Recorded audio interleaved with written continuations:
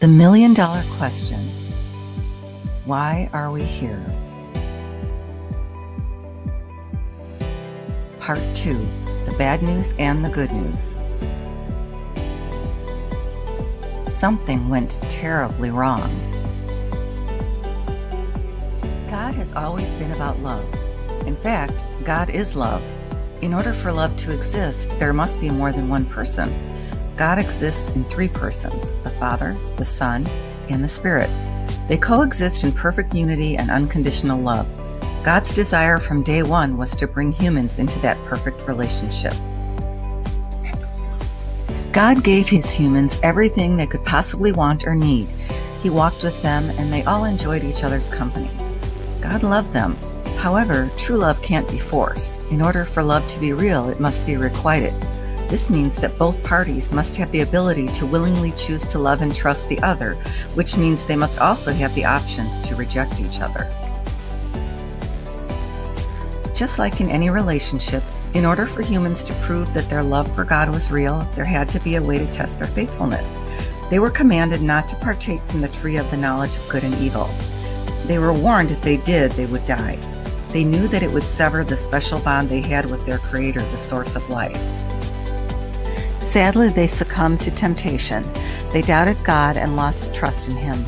They chose to disobey Him in their rebellion in spite of His warnings. They broke His command, thus breaking the perfect unity that they had with their Lord and Creator. He could no longer coexist with them in the way that He had. They had become His enemies. Just as God had warned, like a cancer, sin came into the world and brought with it the curse of death, because sin cuts us off from our only source of life, God Himself. From that point on, every human was doomed to suffer the consequences of their own rebellion toward their Creator. Sin puts an insurmountable chasm between man and God. No human being has the ability to cross this chasm, which means upon death, total separation from God forever. No perfectly sinless human ever existed to bridge the chasm, and there never would be, because all humans sin and fall short of the glory of God. If that were the end of the story, our lives would be a great tragedy. But there's good news. God does not want to lose anyone. In His divine knowledge and wisdom, He knew that humans would fail, but He had to take that chance in order to have true love relationship with them. Because of God's everlasting love for His creation, He did not want to see it destroyed. So He had a plan to reverse the curse and to restore everything to the way that He originally intended it to be. In order to do this, there needed to be a perfect, sinless person that would obey God until death. No one qualified because all sinned.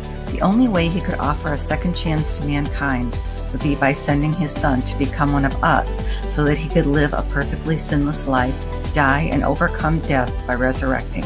And that's exactly what happened.